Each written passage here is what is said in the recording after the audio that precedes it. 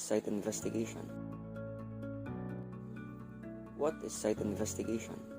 According to statistics, unexpected ground conditions account for 80% of issues faced on building sites, which could have been prevented with a thorough site investigation.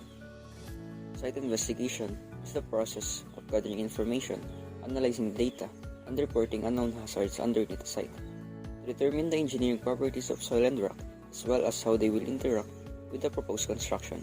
A site investigation is needed. The aim of a site investigation is to determine foundation and substructure design parameters, as well as to evaluate possible pollution risks to people, land, and the environment.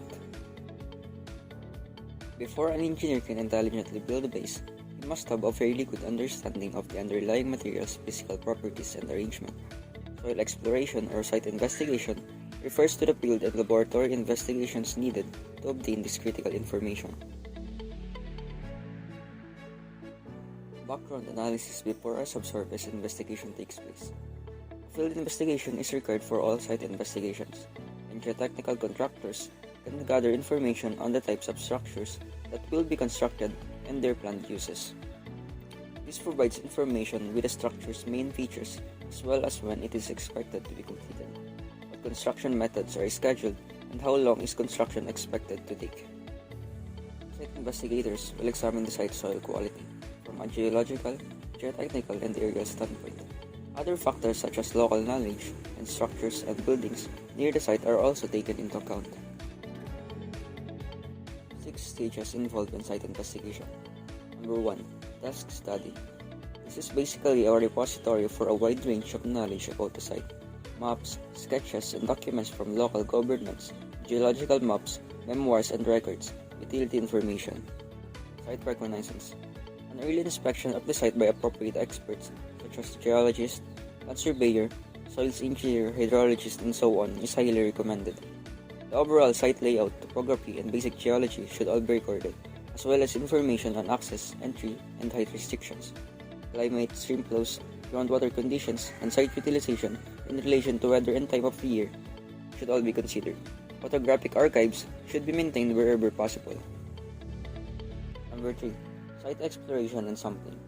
Surface surveys, trial pits, headings, boreholes, sounding, and geophysical techniques, as applicable, are used to investigate detailed geology and subsurface soil conditions.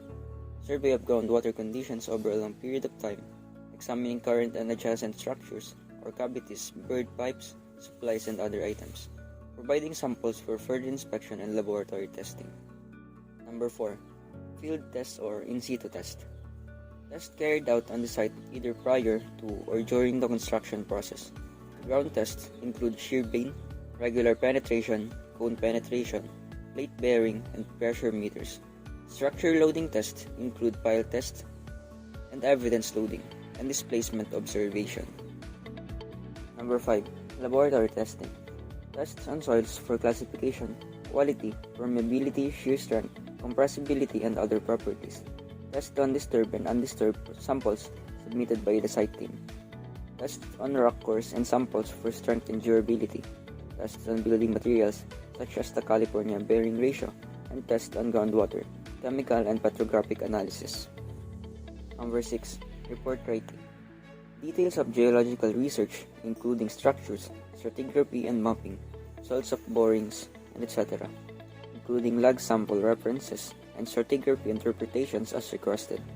Comments and recommendations relating to the design and construction of the proposed works.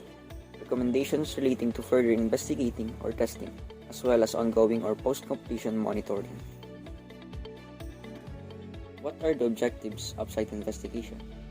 Objectives of site investigation works includes to determine the site's overall suitability, to build foundations and temporary works in a secure and cost-effective manner, to understand the essence of each stratum as well as the engineering properties of soil and rock, which may have an effect on the design and construction mode of the proposed structure and base, to anticipate and prepare for problems that can occur during construction as a result of ground and other local conditions, to locate building material sources and to pick sites for the disposal of water or waste materials, to look at the occurrence and causes of both natural and man-made changes in the conditions as well as the consequences of those changes, to ensure the protection of existing structures in the region, to design for collapsed structures, or to take remedial action for structures that are considered unsafe, to determine the depth of the groundwater and the potential for soil and water to corrode the foundation material. Importance of site investigation when starting a new construction. Prior to beginning every construction project, it is essential to perform a comprehensive site inspection. Site investigation is necessary for a variety of reasons. Here are a few examples. Minimizes damage. If you build your home on shaky ground, you'll most certainly suffer damage in the future. That may be due to a shaky base that can support the weight of your house or the ground pressure around it. Your home will be protected by a suitable base that is built to withstand the elements. As a result, it is important to have a geotechnical engineer inspect your property before the foundation is installed. They'll assist in identifying any potential risks associated with construction on the property, allowing you to find the best solution. This could entail a particular template, materials, or treatments, or it could entail relocating to a more suitable venue. Saves on cost. Treating the soil is one of the most effective ways to render a building site suitable. As a result, a site inspection will help decide whether or not the ground needs to be hunted. If there is, several landowners within that area may band together to invest in treatment. By doing it as a party, you'll save on money on what a single developer would have spent on soil treatment. Furthermore, treating the ground helps save money that would have been lost if the building had gone ahead as planned and problems had arisen later. This involves keeping the repair cost associated with shoddy foundations to a minimum. Helps determine the construction materials. Site investigation aids in the selection of the best materials for construction. Some materials may not be able to hold onto such soils for long periods of time, resulting in the cracks in the walls or even floors not long after the construction is completed. As a result, it's essential to assess the soil and determine the best construction material. When the soil test results are available, an engineer can assist in determining this. They'll also assess if it's appropriate to proceed with the project in general. Increases the safety of the project.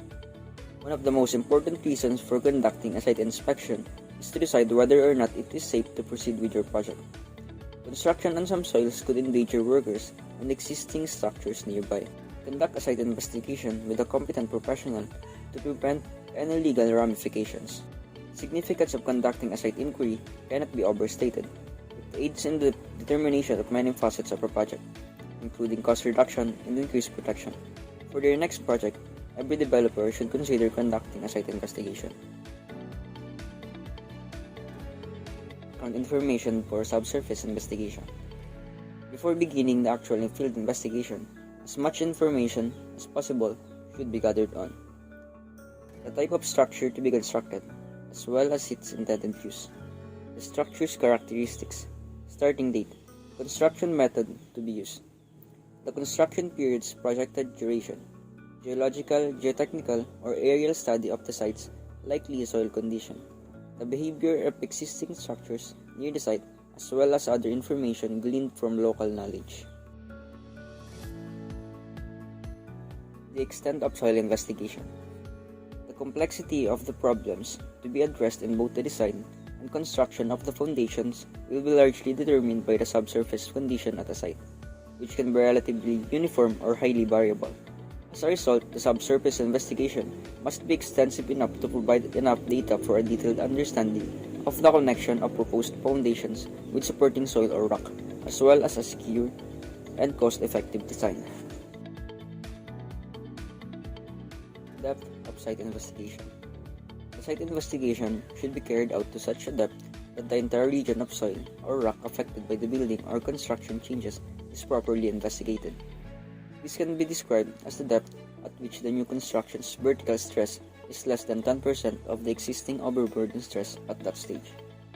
The following recommendations are recommended when the depth of the inquiry cannot be attributed to the background information. It's a smart idea to drill at least one hole to bedrock or well below the building's expected degree of impact. Boring should not be done to a distance equal to 4 times the probable footing width or 6 meters below the lowest part of the base, whichever is deeper for light structures that are not vulnerable to settlement. At least half of the borings should be reached to a depth equal to 1.5 times the width of the building, below the lowest part of the base for more heavily loaded structures, such as multi-story structures and frame structures. Bedrock can be verified by coring into it to a depth of at least 3 meters.